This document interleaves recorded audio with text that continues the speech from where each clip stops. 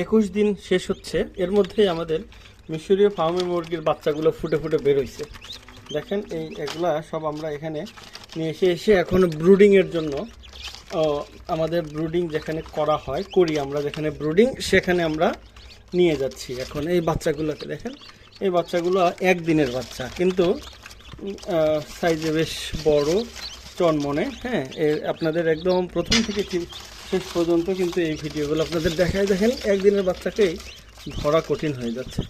সবগুলোকেই নিয়ে যাব, হ্যাঁ, যতটুকু পারি, কারণ এগুলা গতকালকে এরা ফুটছে কিছু, তো এগুলো যদি এখন খাবার না দেওয়া হয় তাহলে কিন্তু এগুলো মারা যাওয়ার চান্স আছে।